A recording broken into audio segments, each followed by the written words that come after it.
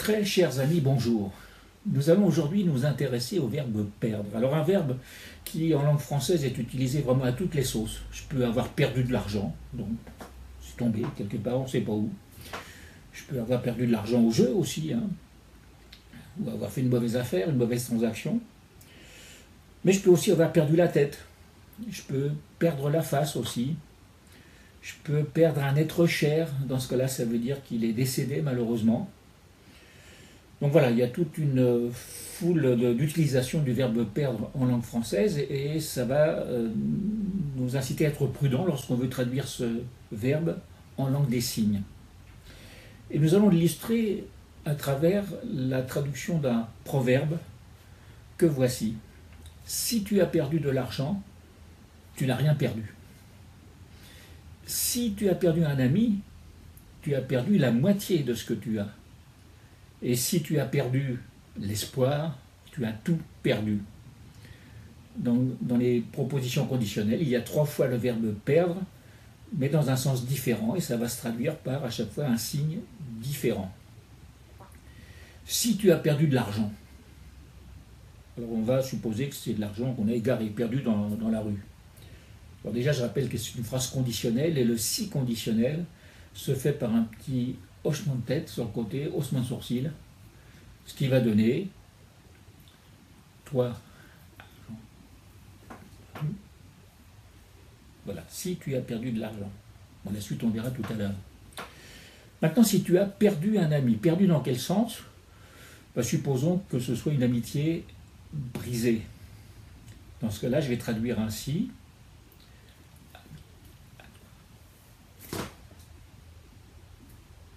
Voilà.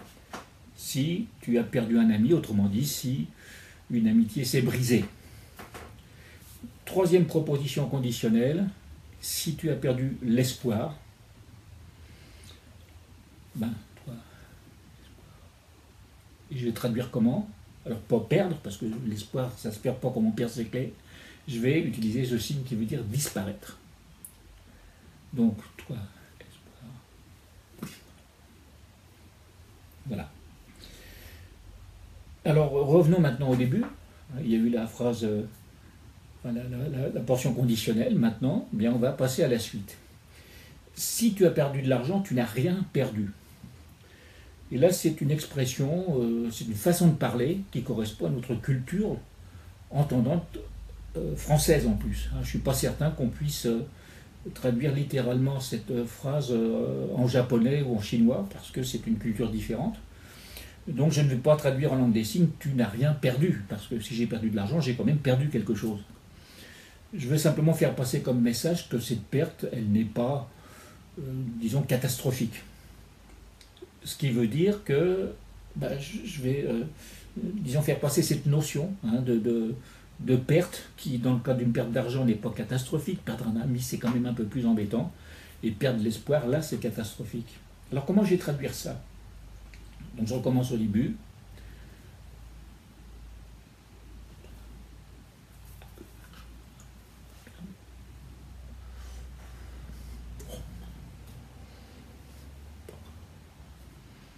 Autrement dit, si tu as perdu de l'argent, bon, c'est contrariant, mais c'est pas grave. On passe à autre chose. Maintenant, la perte d'un ami.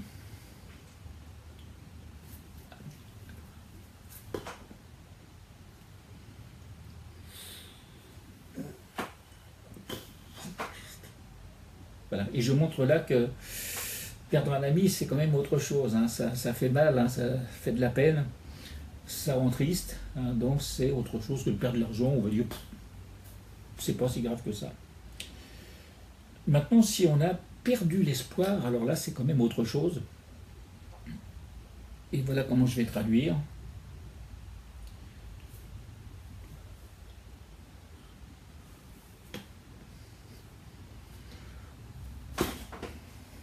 Alors, bon, c'est un peu exagéré, c'est sûr, mais ça veut dire par là que si l'espoir a disparu, s'il n'y a plus rien, ça ne vaut plus la peine de vivre. Hein, voilà.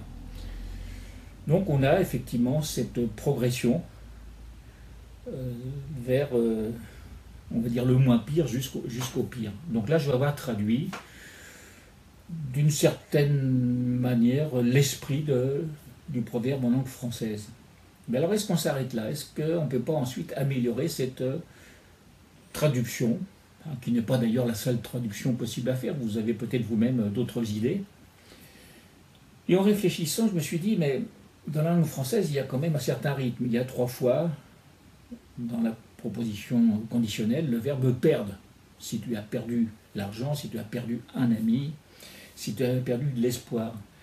Et la traduction telle que je l'ai faite, on ne retrouve pas ce rythme-là. Et je me suis dit après coup, n'y aurait-il pas un terme qui pourrait être valable pour les 3 situations?